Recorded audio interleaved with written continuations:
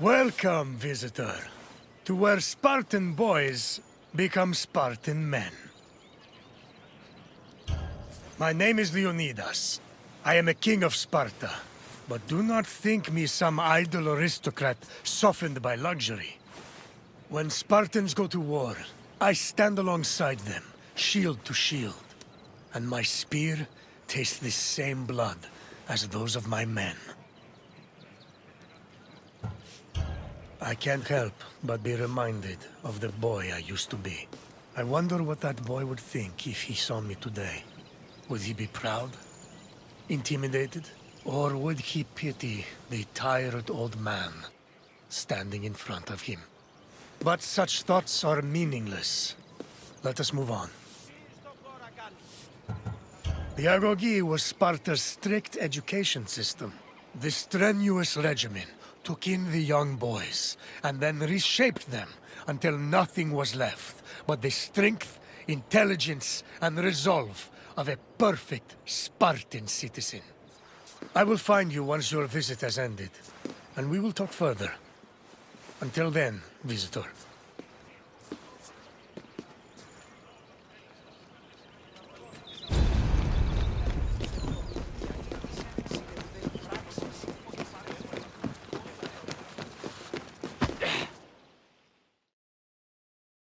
Sparta was a Greek city located in the Peloponnese. It differed from other cities of the time in that it had no walls. Sparta originated as 4 neighboring villages: Patane, Limnes, Mizoa, and Cynosura, all of which shared the same political, military, and religious life. After 2 wars with the Messenians, the city's territory expanded even further. By the 5th century BCE, they allegedly controlled almost half of the Peloponnese.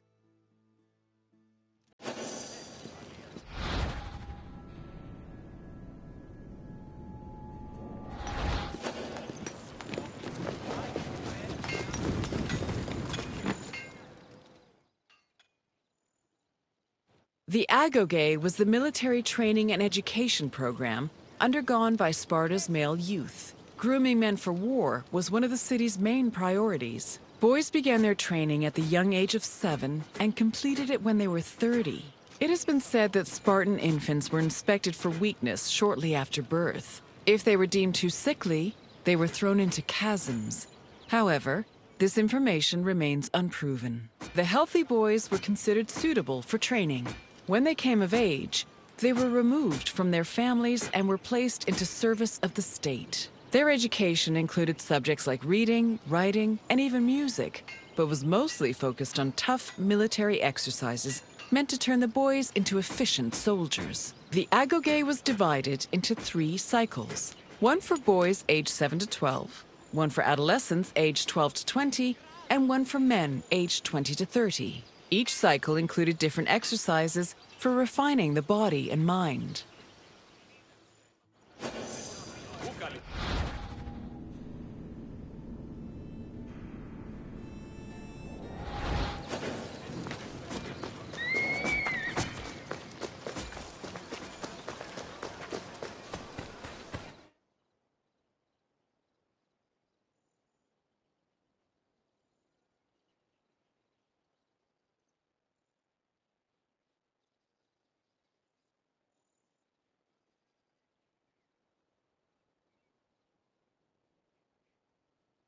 Sparta played a large role in defeating the Persians during the Greco-Persian Wars in the 5th century BCE. They held their king Leonidas's glorious death at the Battle of Thermopylae in particularly high esteem. Because Leonidas was killed in battle, Sparta believed he died a good death and showed incredible bravery, qualities to be held as a model for all Spartans. This idealized bravery was embedded in the city's collective memory and was the main quality people strove for in the Agoge.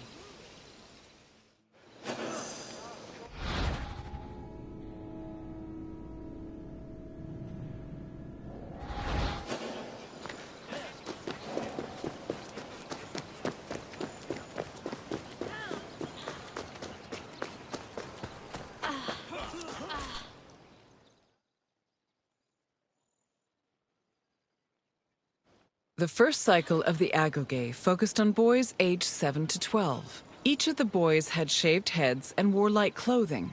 They walked everywhere barefoot, swam the Odyssey River all year long, slept on reeds, and participated in cult rituals for Artemis or Thea. The boys were grouped into herds, or agoli, and were supervised by older adolescents. Once they reached the age of 12, they entered the second cycle of the Agoge, which aimed to integrate them into the society of citizen soldiers.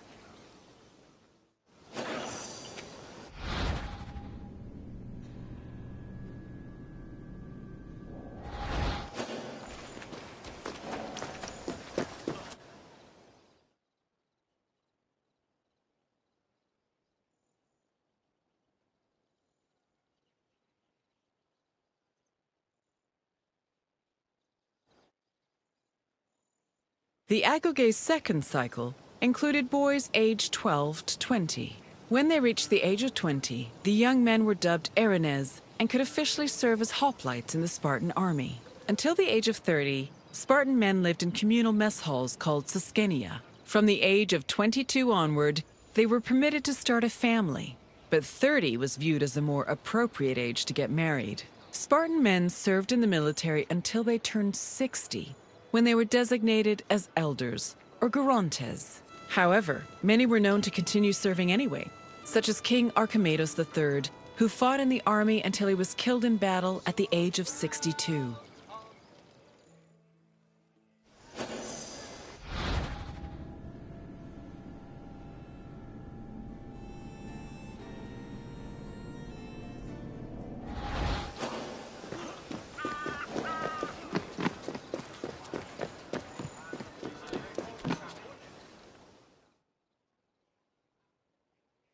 All adult male Spartans participated in communal meals called syssitia. The attending Spartans contributed different kinds of food on a monthly basis, in addition to a small sum of money to pay for meat. Each man was entitled to one portion of a meal, with the exception of the kings, who received 2 portions. Syssitia attendance was mandatory for every Spartan fortunate enough to be part of the group. The meals had great political significance. According to Xenophon and Plutarch, the syssitia was designed to foster a sense of equality between citizens. It also demonstrated the self-restraint and moderation of Spartan society. But in reality, the syssitia only increased the differentiation between the rich and the poor. Those who could not afford to contribute to the communal food not only missed their meals, but also lost their right of citizenship.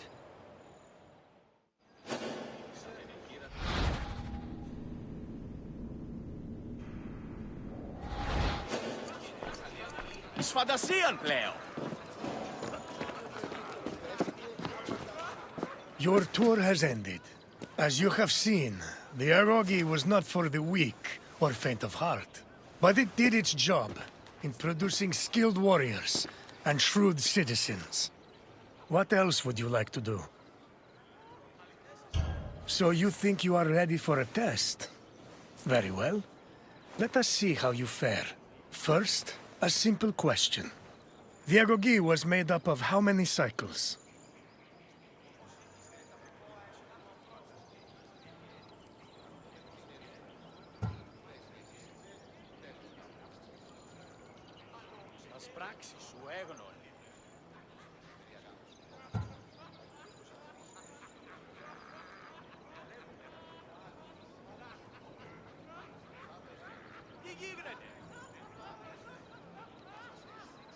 Correct. The Agoge was divided into 3 cycles.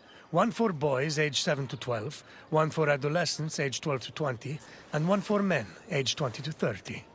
Next question.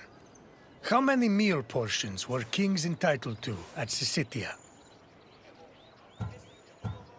Yes, Spartan kings had the right to double portions. One final question. When were Spartans allowed to grow mustaches?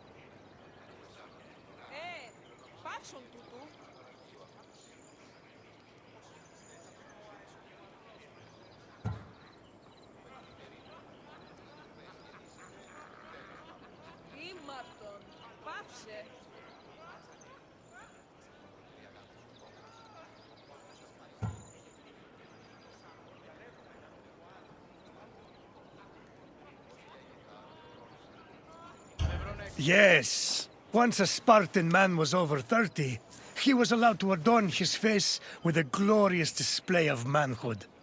Impressive, visitor. You should be proud.